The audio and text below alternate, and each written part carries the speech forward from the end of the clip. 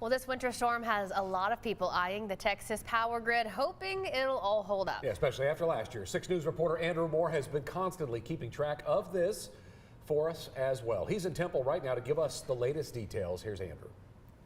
Guys, this was the first big test of our grid as ERCOT was projecting record demand and trying to stay well ahead of that demand. But for that to happen, winterization needs to have worked and wind energy needs to stay online. Fortunately, it looks like both are happening.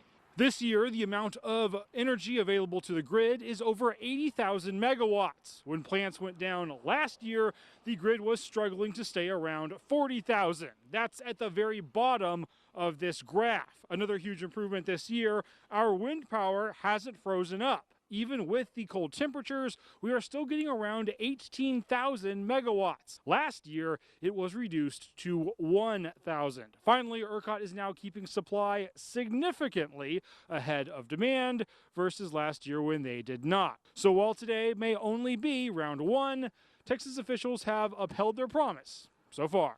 The grid remains strong, reliable, and it is performing well in this winter weather event. Now, that said, we also need to point out there are still plenty of reasons why people can lose power locally. And state officials said this morning up to 70,000 people have already been without power due to those icy conditions. Guys,